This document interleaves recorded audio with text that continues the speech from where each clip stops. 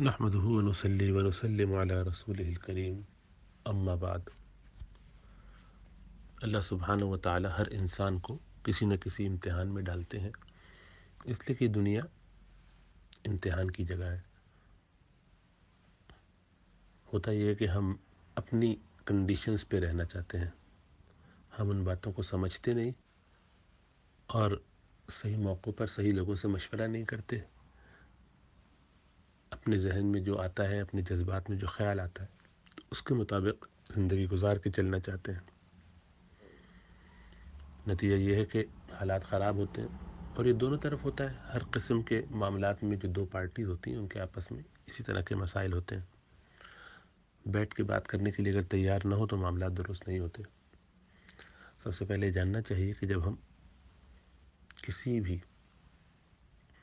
نئے رشتے میں بنتے ہیں، اس میں وہ ساس کے ساتھ تعلق ہو، شوہر کے ساتھ ہو، بیوی کے ساتھ ہو، نئے سسرالی رشتہ دار ہوں، اس میں نند بھی ہو سکتی ہیں، دیور جیٹھ بھی ہو سکتے ہیں، کوئی بھی ہو، تو اس میں بہت سارے چیلنجز یہ ہوتے ہیں کہ ہم کس قدر مل کے محبت سے رہ سکتے ہیں۔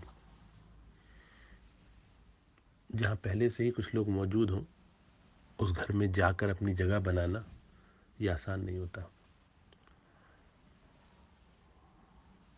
ایک بزرگ ایک علاقے میں پہنچے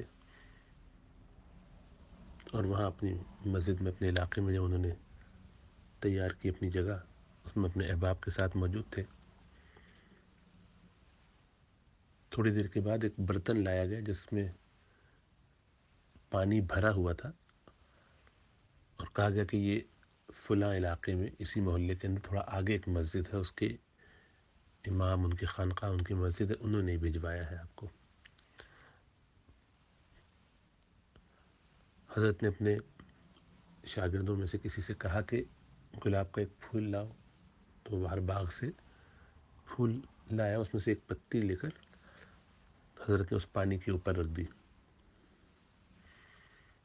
بھرے ہوئے پیالے میں اوپر ایک گلاب کی پتی رکھ کر کہا یہ حضرت کو واپس بھجوا دو، جن بزرگ نے بھجوائی ہے ان کو۔ جب وہ چلے گئے تو ان کے شاگردوں نے، جو خصوصی تھے ساتھ موجود، پوچھا حضرت یہ معاملہ سمجھ میں نہیں آیا۔ فرمایا کہ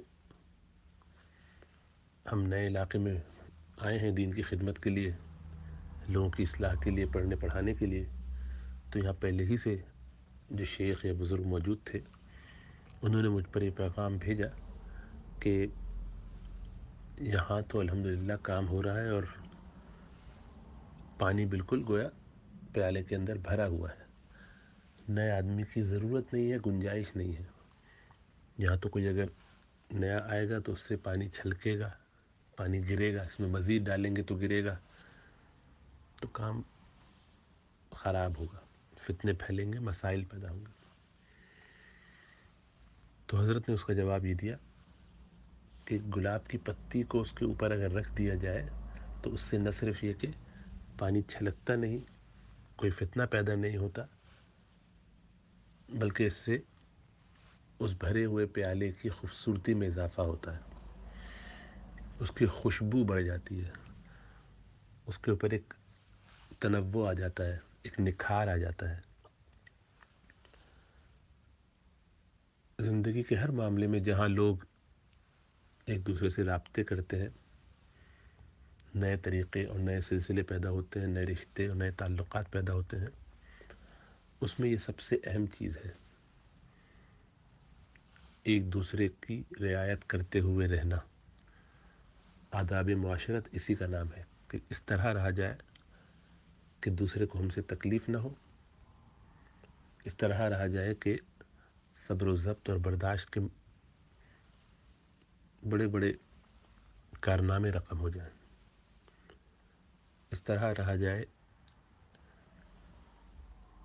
کہ آنے والی نسلوں کو بھی اور ان موجودہ لوگوں کو بھی یہ بات اور یہ اصول سمجھ میں آ جائے کہ انسانیت دینی رنگ میں جب آتی ہے تو مزید بڑھتی ہے۔ انسانیت میں اپنے ہی بہت سے خوبصورت رنگ ہیں، ایک دوسرے کا خیال رکھنا، ایک دوسرے کی رعایت کرنا، محبتوں کا اظہار کرنا، کسی کو تکلیف میں دیکھیں تو اس کا غم بانٹ لینا. لیکن جب اس میں نبی اکرم صلی اللہ علیہ وسلم کی تعلیم، اللہ سبحانہ و تعالیٰ کے کلام کا اثر، صحابہ کرام کی خدمت اور قربانیاں اور ان کی تشریحات، صلحاء اور علماء کی، مفسرین و محدثین و فقہا کی، اہل اللہ کی محنتیں، کاوشیں، مجاہدات شامل ہو جائیں، ان کی حکمتیں،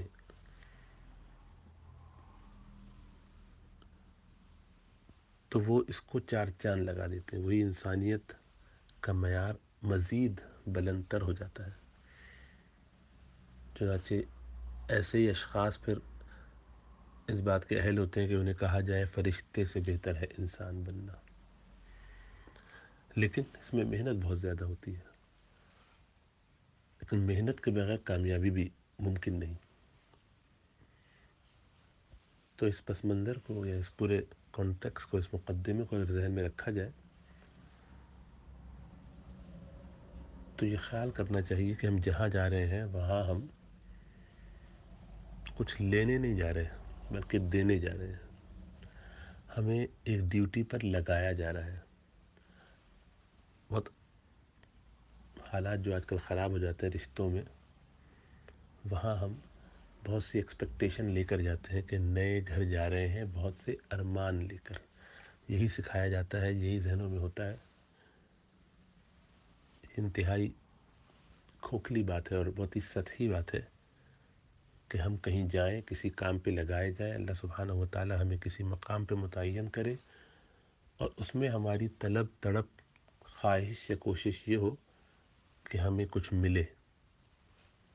اللہ کے رسول صلی اللہ علیہ وسلم نے کئی دفعہ یہ بات بیان فرمائی کہ اوپر والا ہاتھ نیچے والے ہاتھ سے بہتر ہے. یعنی آپ کا یہ فرمان کہ اوپر والا ہاتھ نیچے والے ہاتھ سے بہتر ہے، کیا مطلب اس کا؟ کہ ایک معنی تو یہ ہے کہ جو دینے والا ہو وہ لینے والے سے بہتر ہے. یہ مال ہو تب بھی وقت دینا ہو، صلاحیتوں سے فائدہ پہنچانا ہو. اسی لیے الدین النصیحہ، دین خالص خیر خواہی کا نام ہے، ایک دوسرے کے لیے خیر خواہی کا نام ہے.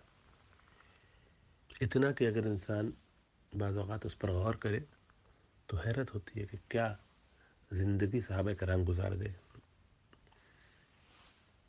حضرت جریر بن عبداللہ البجلی رحمۃ اللہ علیہ رضی اللہ تعالی عنہ صحابی رسول ہیں، اور اللہ کے رسول صلی اللہ علیہ وسلم سے انہوں نے بیعت کی. اس میں یہ الفاظ بھی انہوں نے رسول اللہ صلی اللہ علیہ وسلم کے بتانے پر پڑھے کہ وَالنُّصْحُ لِكُلِّ خَيْرٍ وَالنُّصْحُ لِكُلِّ مسلم، اور ہر مسلمان کے لیے ساتھ خیر خواہی، اس پر بھی میں بیعت کرتا ہوں. تو اس قدر اس کا اہتمام فرمایا کہ ایک مرتبہ، ایسے کئی واقعات ان کے ہیں، تو ایک مرتبہ تو کیفیت یہ ہوئی کہ غلام سے گھوڑا منگوانے کو کہا تو وہ دیکھ داکھ کے لے آیا اور اچھا سودا لے آیا. تو گھوڑا یعنی اچھا، اس کو ڈیل اچھی مل گئی 300-400 کی، اور ان کو گھوڑا دیکھ کے پسند بھی آیا. فرمایا کہ تو قیمتی لگ رہا ہے، 300-400 یا 500 تو بہت ہی کم درہم ہے اس کے مالک کو بلاؤ. مالک کو دوبارہ لا کے حضرت کی خدمت میں پیش کیا گیا کہ بھئی یہ تم نے بڑا زبردست گھوڑا ہے، اتنا تم نے بیچا، تمہیں اطمینان ہے؟ میرا خیال ہے کہ تو 6 کو ہونا چاہیے، 600. یعنی عجیب بات ہے کہ وہ تو 500 میں بیچ کے راضی ہو کے اپنی راہ لے چکا، یہ اس کو بلا کر اس پہ اضافہ کرتے رہے. تا وقت 800 تک بات پہنچی کہ نہیں، 800 اب اس کی قیمت مجھے لگتی ہے کہ ہونی چاہیے. 600 کی یا پھر 700 کی یا پھر 800 کی. اس کے بعد بھی یہ کہا کہ اب بھی تمہیں اختیار ہوگا، اگر تمہیں بعد میں جانے کے بعد دل چاہے تو واپس آ کے اپنے پیسے اور سودے کا معاملہ کر لینا. مجھے لگتا ہے کہ تمہارا جانور بہت ہی قیمتی ہے اور مجھے اب بھی اچھی ڈیل مل گئی ہے، تمہارا نقصان نہ ہو. وہ واقعہ تو بہت مشہور ہے، وہ سندن وہ ثابت نہ ہو، لیکن اس میں سبق اور صحابہ کرام سے اگر ایسی مثال اور ان کے بعد ائمہ سے بزرگوں سے ایسی مثالیں مل جائیں تو یہ کوئی ایسی اچنبے کی بات نہیں ہے. ہم بعض اوقات اس طرح کی سندوں میں جب پڑھتے ہیں تو یہ مسئلہ ذہن سے نکل جاتا ہے کہ دنیا میں ایسے بہت سے واقعات عام انسانوں کے ہاں بھی ہوئے ہیں، ان کی جو غیر مسلم ہیں ان کے ہاں بھی اس طرح کے بہت سے واقعات ہو جاتے ہیں، لیکن جو شان مسلمانوں کی ہے دین کی بنیاد پر، وہ جب ایک دوسرے سے کسی رشتے میں بن جاتے ہیں تو اس کے لیے اپنی جانیں قربان کر دیتے ہیں. وہ جو غزوے کے موقع پر پانی پلانے کا واقعہ بڑا معروف سا. اسی طرح سے ایک دوسرے کی خاطر قربانی دینا، لحاظ کرنا، خیال کرنا، یہ وہ چیز ہے جس سے آدمی ہمیشہ کامیاب ہوتا ہے. اسی لیے نکاح کے موقع پر جو خطبہ پڑھا جاتا ہے اس میں 4 آیتیں معروف طور پر پڑھی جاتی ہیں. سورہ آل عمران کی ایک آیت ہے، سورہ نساء کی ایک آیت ہے، اور اسی طرح سورہ احزاب کی 2 آیتیں آخر سے، یعنی جہاں سورت ختم ہونے لگتی ہے وہاں سے. تو ان میں 3 مرتبہ تقوی کا تذکرہ ہے، بلکہ ہے تو 4 مرتبہ، کیونکہ سورہ نساء کی آیت میں 2 مرتبہ تقوی. اب نکاح کے موقع پر رسول اللہ صلی اللہ علیہ وسلم نے جن آیتوں کا انتخاب فرمایا اس میں تقوی کا حکم، تقوی کی تعلیم دے رہے ہیں، یعنی شریعت کی پابندی پہ چلنا، اللہ کے رسول صلی اللہ علیہ وسلم کے احکامات کے مطابق جینا. جب ہم دینے والے بن جاتے ہیں تو آٹومیٹکلی لوگ ہمارے ساتھ شامل ہو جاتے ہیں. ہم نوائی، اس کی مثال ایسے ہی ہے کہ اگر ایک روٹی کا ٹکڑا ہو، بلکہ پوری روٹی ہو، اور گھر میں 4 کھانے والے ہوں، 4 احباب موجود ہوں، اور ہر ایک کا اس پہ دیکھ کے اندازہ ہوتا ہے کہ 1/4 حق ہے، تو اگر چاروں میں سے ہر ایک کوشش کرے کہ یہ میرا حصہ مجھے ملے اور اس کی کوشش میں وہ لگا رہے اپنا حصہ کسی طرح حاصل کروں، تو اس میں پورے وقت فکر، شعور، سوچ یہ ہوگی کہ مجھے نظر رکھنی ہے کہ میرا حصہ کہاں ہے، اب کس طرح سے کیسے کاٹوں، یہاں سے کاٹوں، نہیں تھوڑا سا اور اس کو ایسا کرو، میرا کم کر دیا، تمہارا زیادہ کیوں ہو رہا ہے، پہلے میں، پہلے تم، اور میں. جب ہماری سوچ یہ ہو جائے کہ مجھے اپنے حقوق چاہیے، تو اس میں یہی ہوتا ہے کہ آدمی خود غرض ہو جاتا ہے اور ہر ایک اپنے اپنے حصے کی فکر کرتا ہے. اس کے برعکس اسلام کی تعلیم یہ ہے کہ اسلام حقوق کی بات نہیں کرتا، فرائض کی بات کرتا ہے. جس کو حقوق کہا جاتا ہے وہ ہمیشہ اس کے سامنے والے کا ہوتا ہے. مثلا اسلام آپ کو یہ تعلیم دے گا، قرآن میں، حدیث میں آپ کو جہاں تعلیم ملے گی، وہ کیا؟ حقوق الوالدین. کیا مطلب ہے؟ کہ والدین اپنے حق کا مطالبہ کریں؟ نہیں، اس کا مطلب یہ ہے کہ اولاد کو والدین سے کس طرح ڈیل کرنا ہے، ان کا کیا حق ہے. حقوق الزوجین، بیوی کا حق، اس شوہر کو بتایا جا رہا ہوتا ہے کہ بیوی کا یہ حق ہے، اس کو ادا کرو. شوہر کا حق یہ بیوی کو بتایا جا رہا ہوتا ہے کہ تمہیں اس طرح حق ادا کرنا ہے. ہمارے ہاں یہ ترتیب ہے، اسلامی مزاج یہ ہے. یہ مغربی فکر ہے کہ ہر آدمی اپنی اپنی فکر کرے، اپنی اپنی خود غرضی کے ساتھ حق کے مطالبہ کرے. اللہ کے رسول صلی اللہ علیہ وسلم نے فرمایا، ادو ما علیکم، وہ ادا کر دو ذمہ داریاں اور حقوق، فرائض دوسروں کے جو تم پر ہیں اور فرائض جو تمہارے ہیں، وہ سب ادا کر دو جو تم پر ہے. جو کچھ تم پر اللہ نے ڈالا ہے اس کو پورا کرو. اپنے حقوق کا مطالبہ اللہ سے کرتے تو ہیں لوگ، اور جائز بھی ہوتا ہے، لیکن عموماً حق کا مطالبہ کرنا یہ بہت زیادہ کارآمد نہیں ہوتا. بلکہ اللہ کے رسول صلی اللہ علیہ وسلم نے فرمایا کہ جو شخص جھگڑے سے، اختلاف سے بچنے کی خاطر اپنا حق چھوڑ دے، میں اس کے لیے جنت میں محل کی ضمانت دیتا ہوں. اور اس میں آپ نے 3 مقامات بیان فرمائے ہیں، لیکن وہ چونکہ موضوع نہیں ہے اس لیے بس اس کا اشارہ کر دیا کہ جنت میں انا زعیم ببیت فی. اب اس میں وسط الجنہ بھی ہے، اس کے کنارے کے بارے میں بھی ہے، اس کے ربد الجنہ بھی، کیا کیا.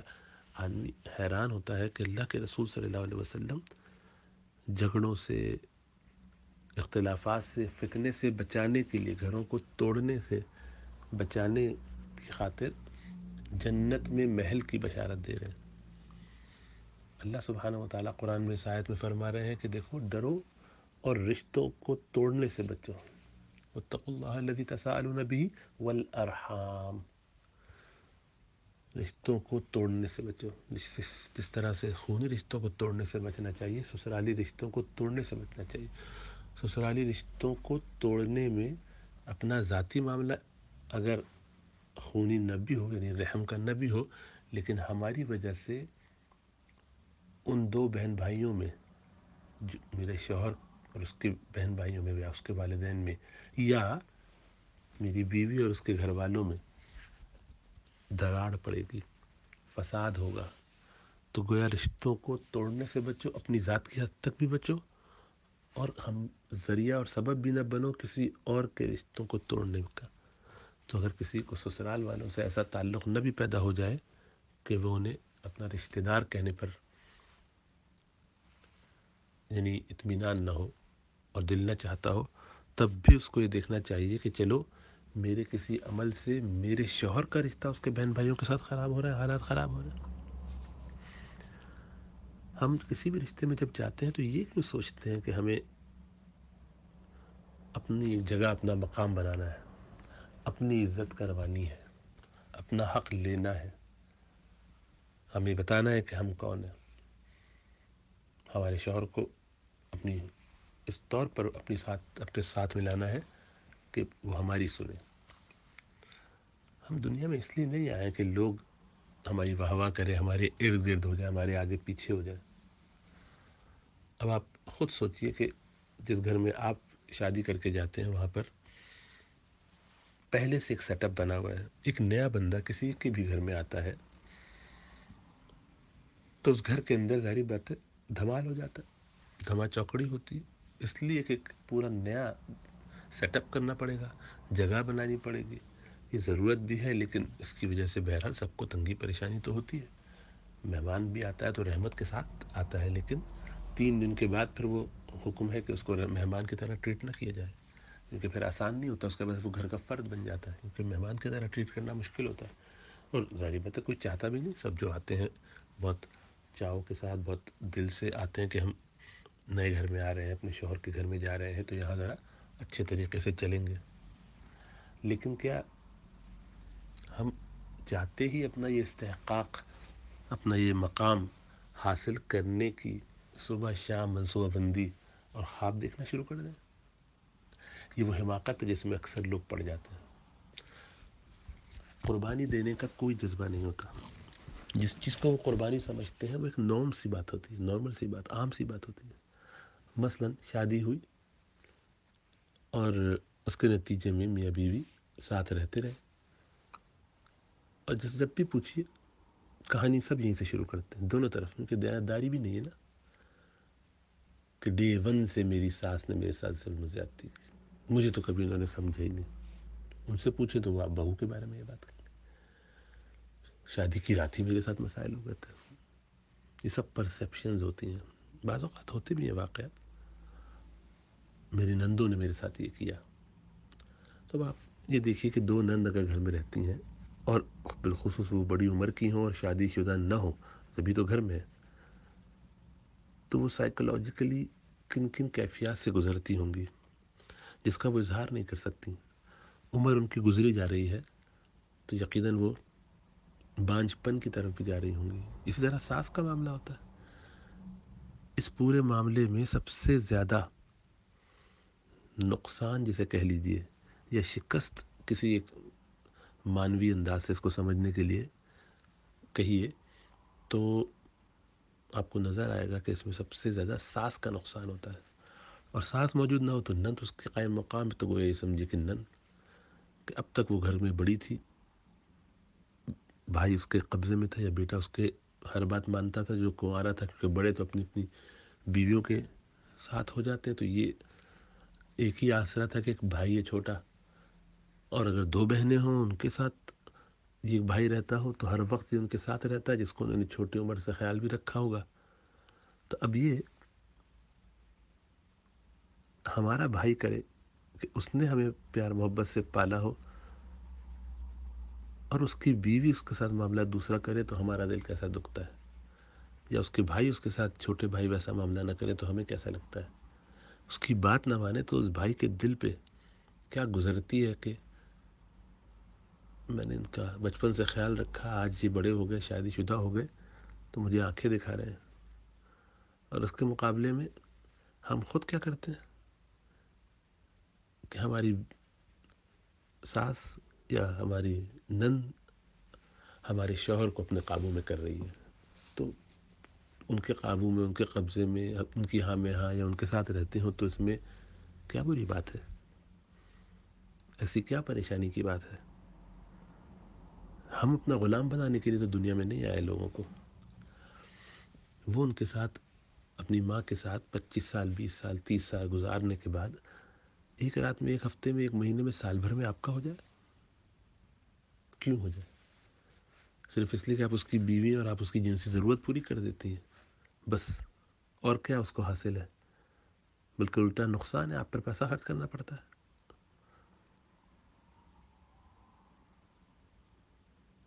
تو یہ اس مرد کی طرف سے آپ سوچئے کہ اس کو ہم کیسا کھینچ کے دو حصے میں کر رہے ہیں کہ وہ یا تو ماں کی طرف ہو یا میری طرف ہو، بہنوں کی طرف ہو یا میری طرف ہو،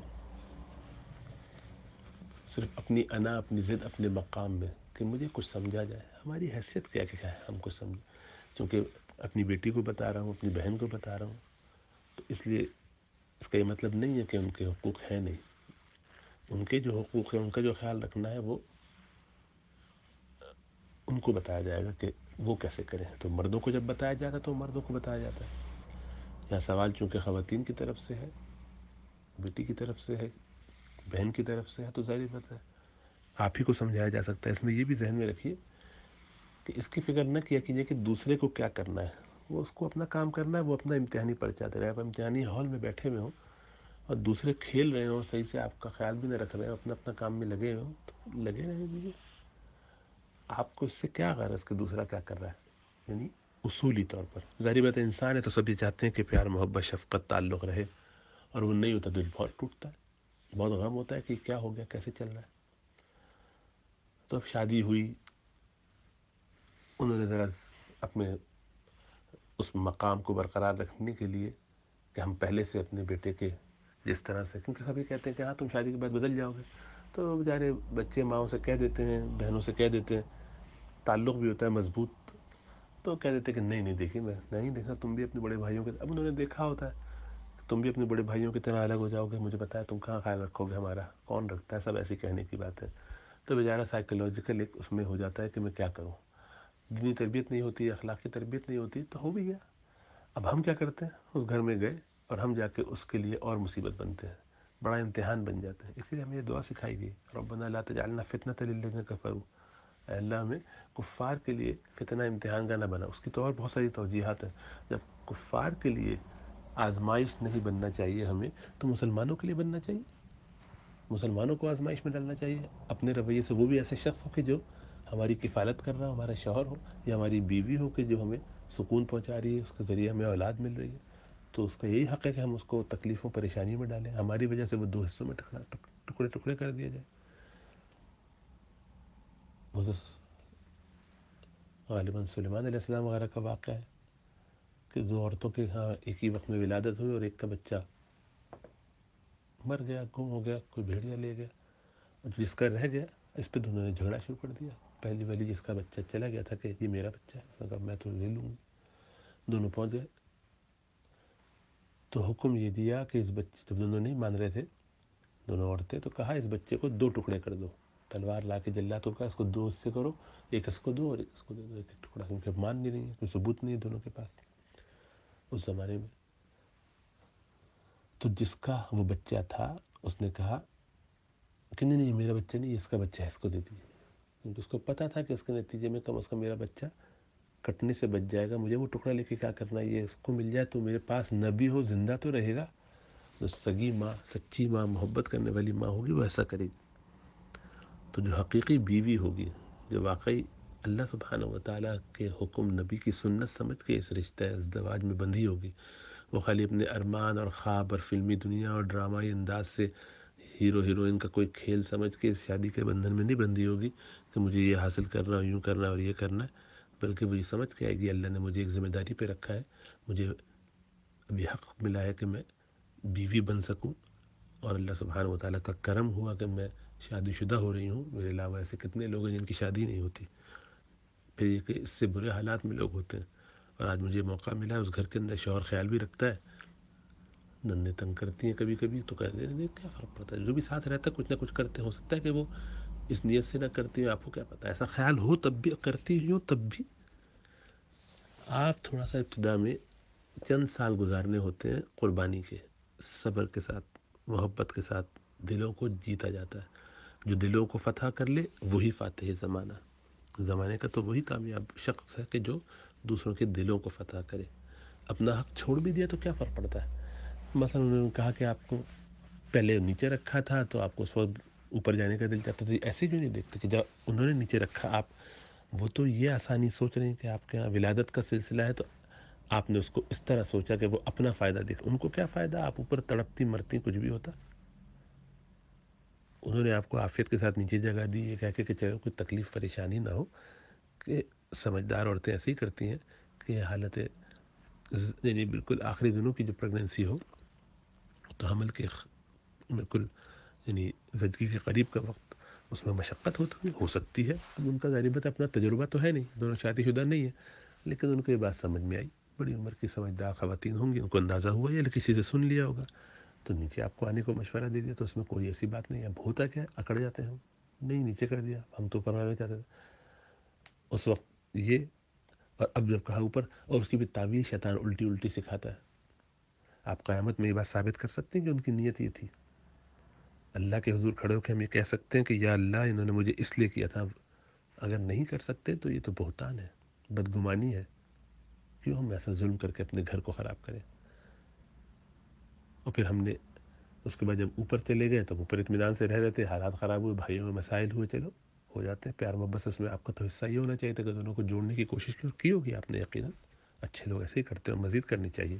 لیکن کبھی بھی اپنے کام کو انف نہیں سمجھنا چاہیے، اس کی وضاحتیں نہیں کرنا چاہیے کہ میں نے یہ اور میں نے یہ قربانی. 1.5 سال میں وقت ہی کتنا ہوتا ہے، 1.5 سال کے اس میں آپ نے کوئی قربانیاں دے لی ہوں. یہ ذہن میں فطور نہیں لانا چاہیے کہ میں تو بہت کچھ، ایسی زندگی گزرتی ہے.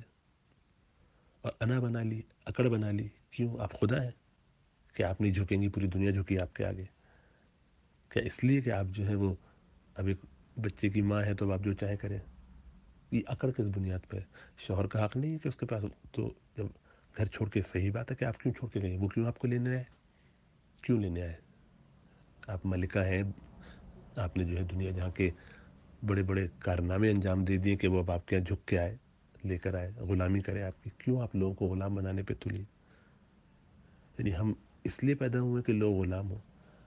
اللہ نے ہمیں انسان بنا دیا، یہ اللہ کا کرم ہے. ماں بنا دیا، کتنا اللہ کا احسان ہے. شوہر کا حکم تو ایسے ماننا چاہیے کہ جب وہ بلائے تو فوراً چلے جائیں. اسلام کی تعلیم تو یہ ہے. وہ کوئی آپ سے حرام تقاضا، ناجائز تقاضا تو نہیں کر رہا. وہ عورت جو اپنے شوہر سے ناراض ہو کے آتی ہے، اس کمرے سے باہر چلی جائے جس میں شوہر اس سے الگ رہے، جب تک وہ وہاں رہتی ہے، اور سارا وقت فرشتے اس کے لیے بد دعا کرتے رہتے ہیں مستقل. تو آپ تو مستقل اللہ کی طرف سے متعین کچھ فرشتوں کی بد دعاؤں میں موجود ہے. تو آپ کی زندگی میں خیر کہاں سے آئے گی، حالات کیسے بہتر ہوں گے.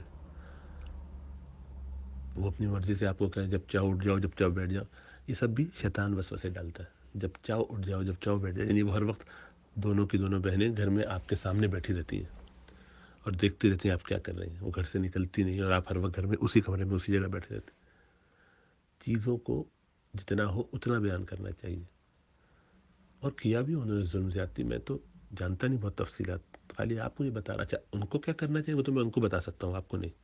آپ کو کیا کرنا چاہیے، آپ کو فوراً آج ہی اللہ کا نام لے کے جمعرات کے دن نامہ اعمال اللہ کے رسول صلی اللہ علیہ وسلم کے حضور پیش ہوتے ہیں. 2 نفل توبہ کی استغفار کی پڑھنی چاہیے کہ شوہر سے ناراض ہو کے آئے تو اس کی نحوست دور ہو جائے.